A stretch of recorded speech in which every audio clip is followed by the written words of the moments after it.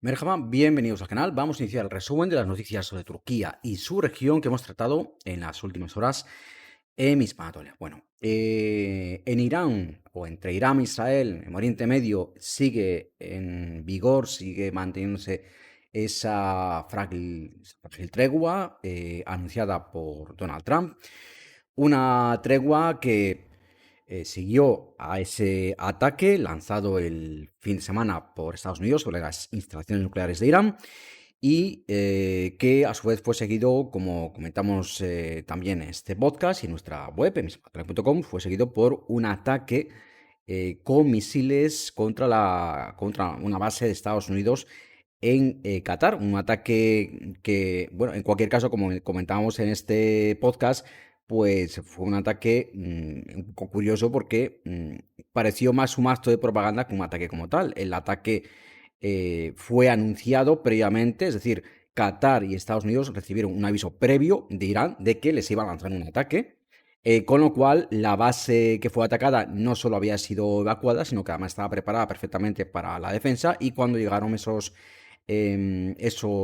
misiles, que Irán dijo que había sido un número de misiles igual al número de bombas que lanzaron los B-2 Spirit, esos bombarderos estadounidenses de última tecnología, sobre las instalaciones nucleares de Irán, pues cuando llegaron esos misiles fueron eliminados por las defensas antiaéreas de Qatar, es decir, no llegaron ninguno de esos misiles iraníes lanzado entre comillas como represalia, que bueno, fue una represalia como decíamos un tanto curiosa, pues ninguno de esos misiles llegó a impactar ni a causar ningún tipo de daño ni material ni personal en la base de Estados Unidos en Qatar. Turquía también tiene, por cierto, otra base militar que tampoco resultó afectada, como era de esperar por otro lado, porque Turquía no estaba implicada en el conflicto. Pero bueno, tras eso llegó esa tregua impuesta, una tregua impuesta, como hablábamos en ese programa especial hace solo unos días. Trump no quiere la paz, Trump impone la paz, impone su paz, sus condiciones, y esa tregua, pues finalmente parece ser que de momento se mantiene. Esa tregua que anunció esta semana Trump,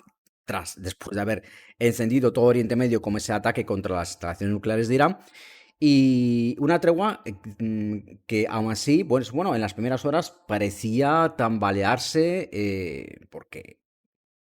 Israel acusó, ambos países acusaron mutuamente de romper esa frágil tregua. Israel acusó a Irán de haber lanzado una salva de misiles ya estando esa tregua anunciada por Trump, ayer mismo, ayer martes, ya estaba en vigor, y Irán supuestamente lanzó una salva de misiles. Esos misiles no llegaron a impactar, como no lo hicieron tampoco contra la base de Estados Unidos en Qatar, como contábamos hace unos segundos, tampoco lo hicieron en este caso contra Israel. Pero Israel decidió responder lanzando una serie de bombardeos. Contábamos en nuestra web, ismael.com, en la noticia en la que tratábamos el tema, que aviones israelíes habían bombardeado varios objetivos. Por lo menos testigos sobre la zona, testigos en Teherán, contaban que unas instalaciones de radar habrían sido alcanzadas en las afueras de la capital iraní, y que, bueno, se habían oído varias explosiones en los alrededores, explosiones fuertes en los alrededores de Teherán, ya estando en vigor esa tregua. Fue entonces cuando el presidente Trump lanzó un mensaje a través de su red social, la llamada Truth Social, en la que escribió en esos mensajes, en esas comunicaciones a las que nos tiene acostumbrados Trump, tampoco políticas, tampoco diplomáticas, escribió en mayúsculas a Israel: no arrojéis esas bombas, traed a vuestros pilotos de vuelta a casa ya. Ahora, en fin, como veis, un mensaje lenguaje muy diplomático el que usa Trump. Y luego, en unas declaraciones que hizo el propio Trump a los periodistas, pues expresaba que estaba descontento, que estaba molesto tanto con Irán como con Israel, pero subrayaba que sobre todo con Israel, que creía que el que estaba haciendo el peor papel, digamos, la peor actuación desde esa declaración de tregua que había impuesto él mismo, pues era Israel, porque lo que subrayaba Trump era que estaban respondiendo a un ataque que en realidad pues no había causado ningún daño. Es decir, imaginaros, y no queremos con esto defender por supuesto a Trump, pero bueno, en este caso sí que actuaba con más sentido común que Israel, que el gobierno de Netanyahu, cosa que es poco complicada. Y el hecho es que cuando Irán responde a ese ataque a sus instalaciones nucleares, lanzando esa salva de misiles contra la base de Estados Unidos en Qatar, un acto, como decimos, totalmente de propaganda y no causa ningún daño, hubiera sido poco inteligente por parte de Estados Unidos responder ese ataque a su vez como otro ataque que hubiese llevado a una espiral sin sentido, porque Irán siempre va a querer, de cara, lo decíamos en este podcast en días anteriores, Irán siempre va a querer, Irán y cualquier país, pero más aún el régimen iraní, está en una posición además especialmente débil en estos momentos, siempre va a querer responder para dar a entender que está todavía en una posición de fuerza, por lo menos de cara a sus seguidores, a su público interno, digamos. Em, pero se hubiera sido poco inteligente por parte de Estados Unidos, como decimos, pues haber respondido de nuevo a ese ataque si no había causado ningún daño. Y Trump lo que estaba echando en cara ayer a Israel era precisamente esto. Ese ataque lanzado por Irán no causó ningún daño. No lancéis un ataque de represalia porque esto vuelve a encender otra vez la espiral de violencia en la región. Repetimos, no estamos defendiendo a Trump y precisamente él ha sido el que ha atizado el fuego y luego ha dicho, bueno, no, ahora vamos a hacer todos la paz. Bueno, cosas de Trump. Em, Esa tregua, en principio, han pasado menos de 2 días, está en vigor, sigue en vigor. Teherán, el gobierno de Teherán, el gobierno iraní, dio cifras oficiales de cómo, del número de balance, del último balance de víctimas de los 12 días, y hay quien la llama la guerra de los 12 días, ese conflicto de 12 días entre Irán e Israel, y dijo que en esa campaña pues, se habían producido un total de 400 muertos y unos 3.050 heridos inicialmente, pero que según el último balance, según la última estimación, ascendía ya a 610 civiles muertos, todos civiles, según Irán, 610 civiles muertos y más de 4.700 heridos. Teherán, como decimos, ha recalcado que son todos civiles, ha asegurado además que entre los fallecidos habría al menos 13 niños, uno de ellos fue el más joven de solo 2 meses de edad, también 5 médicos y varios miembros de los servicios de rescate, y que se habrían atacado 7 hospitales y 9 ambulancias.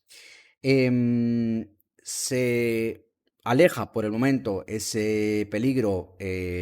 por el momento, de una guerra en Oriente Medio, como es una guerra a largo plazo, ya decimos que la están llamando ya la guerra de los 12 días, esta guerra abierta que hemos tenido entre Irán e Israel. Veremos cuánto dura, sobre todo teniendo ahí a Netanyahu. Y se aleja también el peligro de un bloqueo, de un cierre del vital estrecho de Hormuz. Lo que sí que parece claro, por lo menos según los últimos informes que hemos tenido, que se han dado a conocer hoy por una filtración, son informes de los que se han hecho eco en Estados Unidos, diarios como New York Times o cadenas como CNN, a las que, bueno, de las que Trump no es precisamente amigo, y quizás de ahí vendrían esas filtraciones de un informe preliminar elaborado por la Central de Inteligencia, por la CIA, Servicios Secretos de Estados Unidos, y que dejaría en mal lugar a ese discurso de Trump, que también en las últimas horas había asegurado que el programa nuclear estaba totalmente destrozado, que había retrocedido décadas. Bueno, nosotros en el programa especial que hicimos muy recientemente aquí en este podcast, ya decíamos que lo que los expertos hablaban es que como mucho, el programa nuclear iraní, primero, que no estaba, ni en ningún caso había quedado destruido, y que como mucho, según distintos expertos, obviamente hay opiniones muy distintas, pero podemos establecer una media en torno a los 2-3 años como mucho que habría quedado retrasado. Pero es que ese informe que se ha dado a conocer en las últimas horas por parte de la CIA, no estamos hablando de ningún servicio secreto ajeno o pequeño, ajeno a Estados Unidos o de algún país pequeño, sino de la propia CIA, según ese informe, como máximo, el retraso que se habría causado en el programa nuclear iraní sería de entre 4 y 6 meses, no más. Entre 4 y 6 meses, como mucho, el plazo máximo que da la CIA que se habría retrasado ese programa nuclear iraní. Y se vería así, como decimos, totalmente contradecido ese discurso de Trump de que, bueno, que habría retrocedido décadas, que habría quedado completamente destrozado ese programa nuclear. De hecho, lo que están comentando ya algunos expertos, y lo decíamos también en ese especial que hicimos hace poco sobre el ataque de Estados Unidos a Irán, es que efectivamente en lugares como la instalación subterránea iraní de Fordow, ya había habido movimientos, había visto imágenes de satélite en días, semanas previos al ataque, y seguramente esas instalaciones habrían sido evacuadas. De hecho, el informe de inteligencia de la CIA, que se ha dado a conocer en las últimas horas, dice que los bombardeos usados en los que Estados Unidos usó bombas de gran poder de penetración, lo contábamos, de unos 60 metros de penetración bajo tierra. Esos bombardeos no habrían ni siquiera acabado con las centrifugadoras de uranio, usadas para enriquecer el uranio, para alcanzar ese nivel del 90-95% de enriquecimiento del uranio 235 necesario para fabricar combustible para bombas atómicas, por lo menos en teoría. Ni siquiera esas centrifugadoras habrían quedado afectadas, según la propia CIA, y tanto el personal como las principales instalaciones, además de unos 400 kilos de uranio enriquecido al 90% que se cree que tendría Irán, se habrían trasladado, según algunos expertos apuntan, a el monte Kazma, que serían otras instalaciones subterráneas que ya habría preparado previamente Irán, y el gobierno iraní, pues recientemente, hace solo unas horas, hace menos de un día, menos de 24 horas, aseguraba que él que había dado los pasos necesarios para la continuación de ese controvertido programa nuclear. Insistimos mucho con esto, veremos lo que dura la tregua, ojalá que dure, pero también se han mediado treguas en Gaza y hemos visto lo que han durado, y repetimos, está el factor Trump y sobre todo está el factor Netanyahu por en medio. Y el problema además es que tanto Israel como Irán aseguran ser los vencedores de esta llamada guerra de los 12 días. Israel asegura haber cumplido sus objetivos. Nosotros en ese programa especial que hicimos hace muy poquito sobre el ataque de Estados Unidos a Irán, ya decíamos que Israel efectivamente asestó un duro golpe a la capacidad balística del programa nuclear iraní, pero un duro golpe no quiere decir que lo haya destruido ni que haya sido un daño masivo.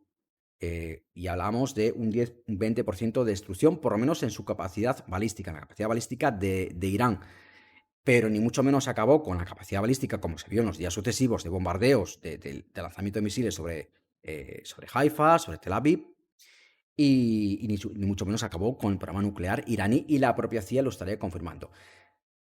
Tenemos, como decíamos, por un lado a Israel diciendo, al gobierno de Netanyahu diciendo que sí, que ha sido una victoria para Israel, que se han cumplido los objetivos de la misión. Mentira, los objetivos eran acabar con su capacidad balística, con la de Irán, y con el programa nuclear iraní. Y la propia CIA está diciendo que no. Pero Irán tampoco se queda atrás, porque también está ahí hablando de una gran victoria. Este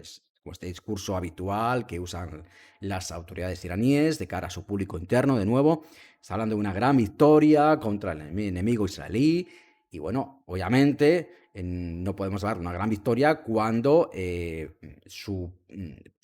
instalaciones nucleares han quedado seriamente dañadas. Que hayan salvado el programa nuclear iraní, que vaya a continuar, y por desgracia seguramente vaya a continuar hacia la fabricación de una bomba atómica, ahora sí, porque está viendo Irán, acabará viendo que es la única solución para que no la ataquen. Y además continuará más en secreto, más fuera de los ojos de Occidente, de cualquier control externo. pero desde luego ha sufrido un duro golpe el programa nuclear, ha sufrido un duro revés y además ha quedado demostrado que Irán a nivel de defensa de su espacio aéreo tiene una capacidad nula ahora mismo. Mantiene una fuerte capacidad ofensiva con misiles balísticos, pero, por ejemplo, sus drones tampoco han conseguido penetrar las defensas israelíes. Es decir,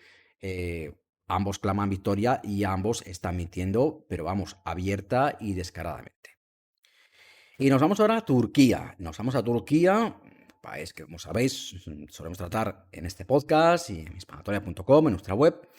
Y allí, ayer, recibíamos una absoluta sorpresa a nivel político. Si seguís un poco la política de Turquía, seguramente os suene, por lo menos os tendría que sonar el nombre de Muharrem Ince. Muharrem Ince, escrito Ince en español, fue un político que el principal partido de la oposición en Turquía, el CHP, eligió para presentarse a las elecciones presidenciales de 2018, a enfrentarse a Erdogan. Y contra todo pronóstico, porque no era un político fuera del partido CHP, del principal partido de la oposición turca, muy conocido, pues no solo consiguió reunir un número importante de votos, sino que incluso reunió más votos de los que su propio partido solía reunir. Es decir, el CHP pues suele recoger alrededor entre 22-25% de los votos a nivel nacional en Turquía. Muharrem Ince, en esas elecciones presidenciales, logró cosechar algo más del 30% de los votos. Es decir, no solo convenció a los de su propio partido, sino también a los votantes de otros partidos o de otras tendencias, por lo menos. Y a raíz de esa sorpresa, esas elecciones las acabó ganando Erdogan, obviamente, con más del 50% de los votos en primera vuelta, pero fue una sorpresa y una importante victoria para el CHP, que consiguiera un candidato, ya decimos, relativamente desconocido, pues reunir más del 30% de los votos frente a Erdogan. A partir de ahí comenzó, como decíamos, pues un intento de este candidato, de Muharrem Ince, por hacerse un espacio propio dentro del partido, dentro del CHP, en el que en ese intento fue rivalizando como el que entonces era su secretario general, con Kemal Kılıçdaroğlu, un político que llevaba pues más de una década al frente de CHP, con bastante poco éxito, hay que decirlo. Entró clamando, o así le llamaban por lo menos, siendo el Gandhi de la política turca, y de Gandhi tuvo poco. Kemal Kılıçdaroğlu, es decir, era, era un político bastante bronco y bastante, en fin, para no entrar en muchos calificativos, digamos que no era precisamente un adalid de la paz, como habían proclamado algunos, por lo menos cuando llegó. Más bien todo lo contrario. Y dentro de su partido pues tenía fama también de ser bastante poco democrático, es decir, de tender mucho a perseguir a las voces discordantes, a aquellos que no estaban de acuerdo con su gestión del partido. Empezó una disputa bastante fuerte, y en esa disputa pues este candidato, Muharrem Ince,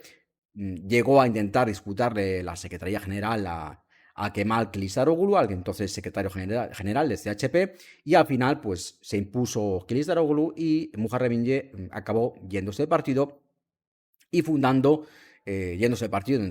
2021 y fundando su propio partido político, su propia formación política, a la que llamó Partido de la Patria. Sin embargo, pues Muharrem Ince tuvo bastante poco éxito, por lo menos en las elecciones en las que concurrió su partido, las elecciones municipales, por ejemplo, que su presencia, el número de votos que cosechó fue menos que testimonial, es decir, muy, muy poquitos votos, prácticamente un número despreciable, entre comillas, de votos que cosechó. Y cuando quiso presentarse a las presidenciales de 2023, unas presidenciales en las que varios partidos aunados en torno al CHP y precisamente en torno a Kılıçdaroğlu, al que nombraron candidato para enfrentarse a Erdogan en las presidenciales de 2023, pues cuando Muharrem Ince quiso repetir la jugada de su candidatura de 2018 y volver a ser candidato y enfrentarse a Erdogan,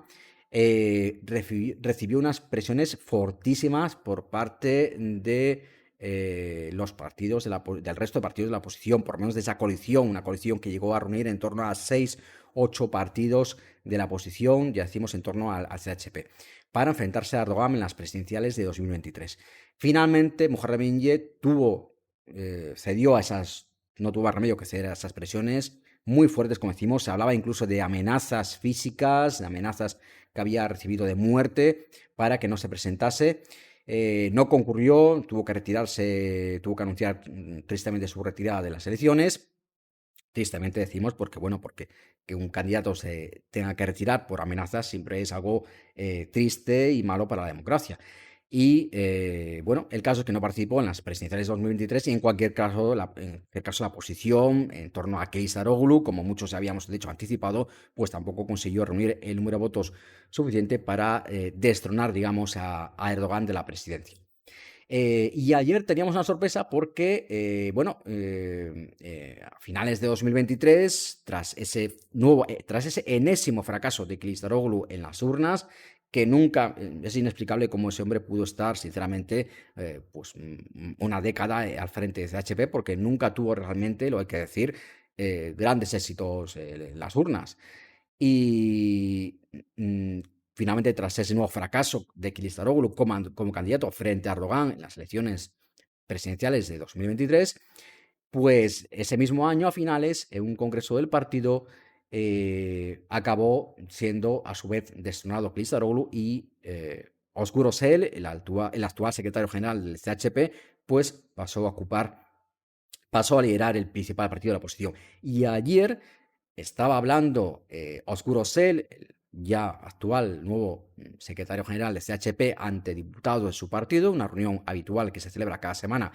en el Parlamento turco en Ankara, cuando aparece Muharrem İnce, digamos, pasaba por allí, en realidad no pasaba por allí, sino que había sido invitado por el propio Özgür Özel, por el nuevo secretario general del CHP, y este le presentaba a Muharrem İnce y confirmaba que Muharrem İnce regresaba al partido del que se había ido en 2021. Muharrem İnce, como podéis ver en la noticia que hemos publicado sobre este tema en mispanateria.com, pues incluso ofreció un discurso ante los diputados y habló efectivamente de lo que él calificó como un regreso al hogar, un regreso a su hogar político. Se dio incluso un abrazo con el propio Özgür Özel, como el líder del CHP. Dijo que había sido él, precisamente Özel, quien le había enviado una sincera y sentida invitación a regresar al partido. Y a partir de aquí, pues poco más que le queda al recorrido político independiente por su cuenta de Muharrem İnce, porque horas antes de esa aparición ante los diputados del CHP anunciando su regreso al partido del que se había marchado hace 4 años, pues había convocado a la directiva de su partido, de ese Partido de la Patria que había fundado hace pocos años, para anunciar su disolución, y desde el CHP pues ya me he hecho una invitación a todos los antiguos miembros del partido de Muharrem İnce para que se unan también al CHP, al principal partido de la oposición. Como decimos,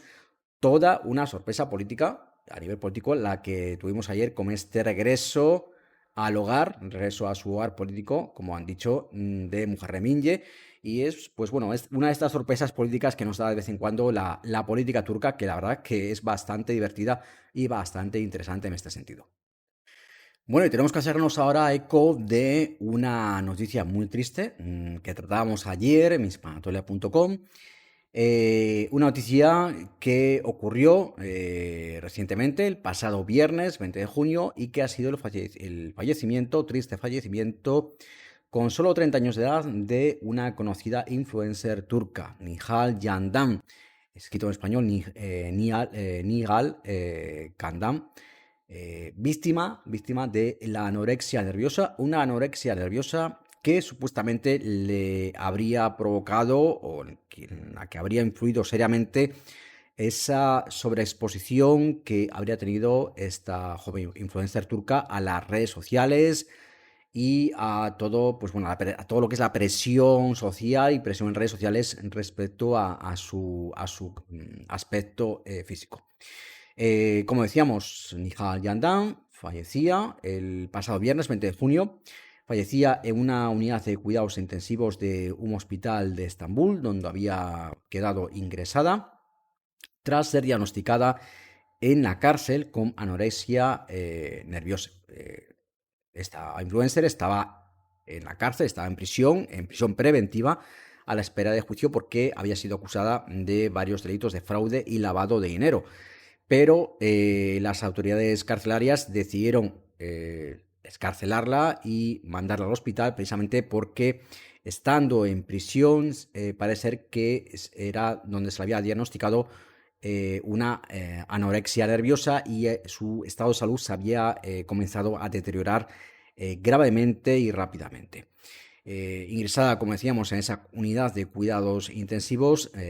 la joven, decimos solo 30 años de edad,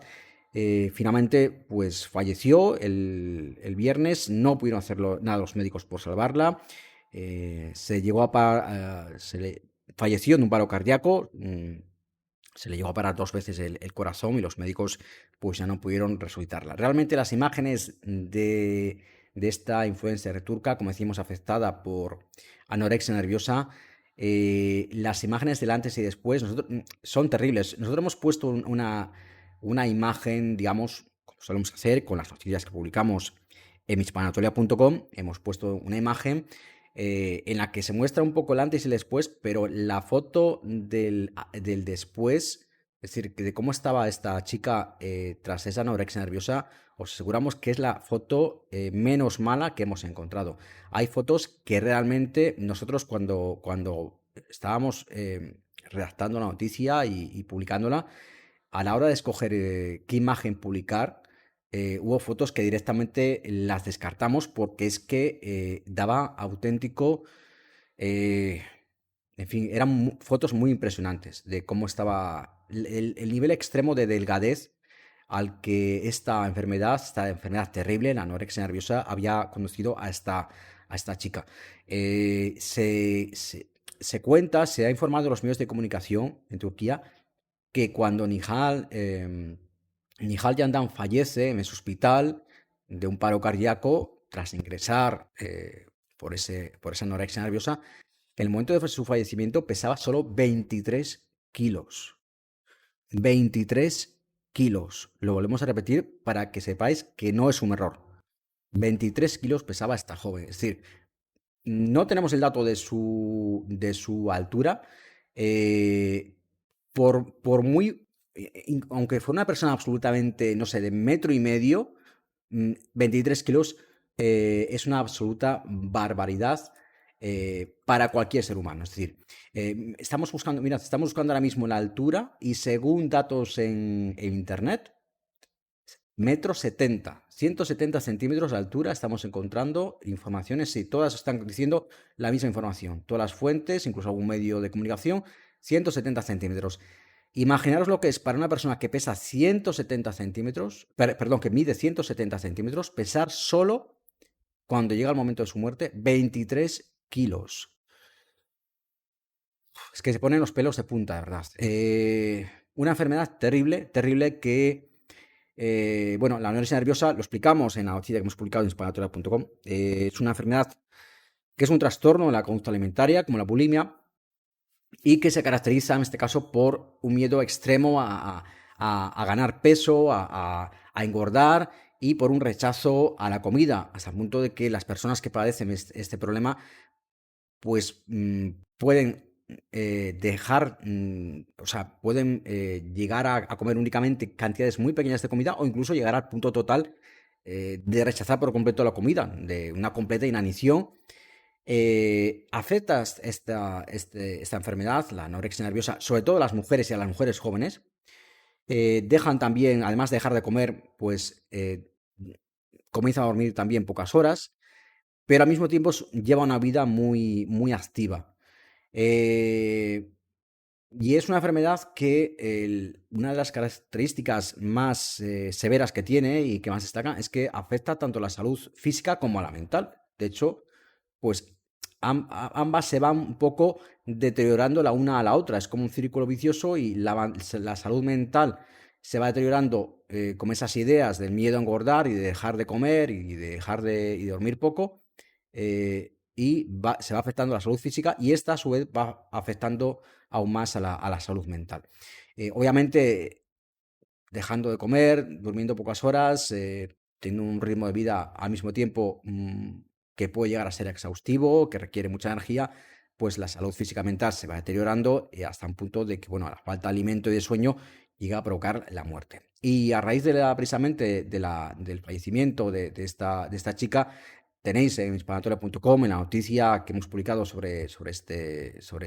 triste fallecimiento, tenéis también algún vídeo sobre el funeral, sobre cómo ha sido las imágenes, muy tristes también del funeral. También mostramos ahí imágenes de cómo era esta chica antes de perder la vida.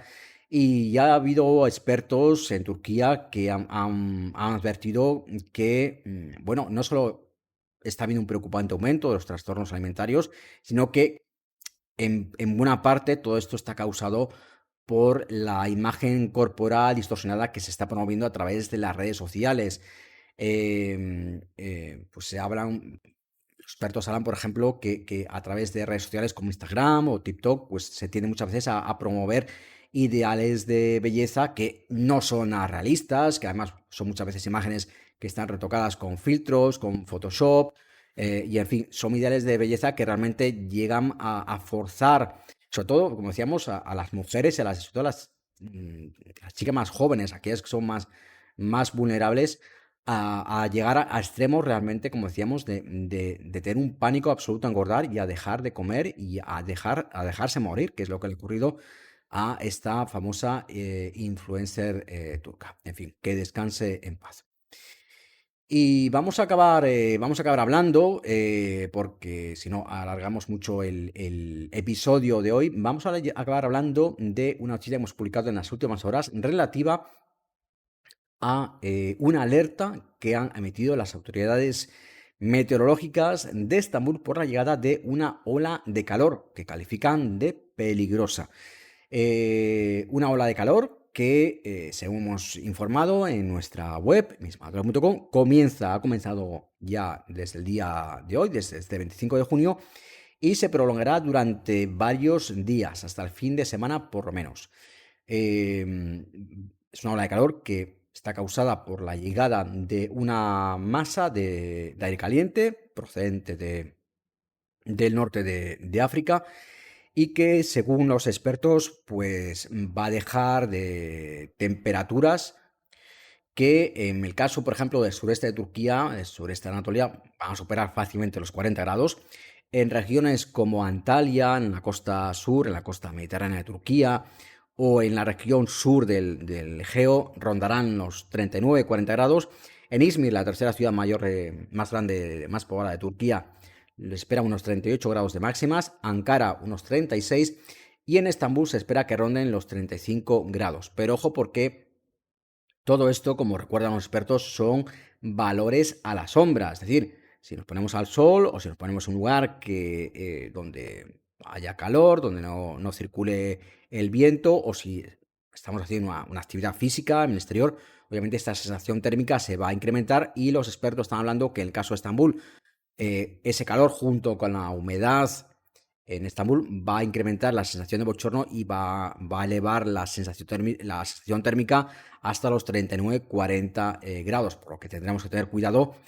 con los golpes de calor y con las insolaciones. Recomiendan los expertos que durante estos días de olas de calor, de altas temperaturas en Estambul y en toda Turquía, se recomienda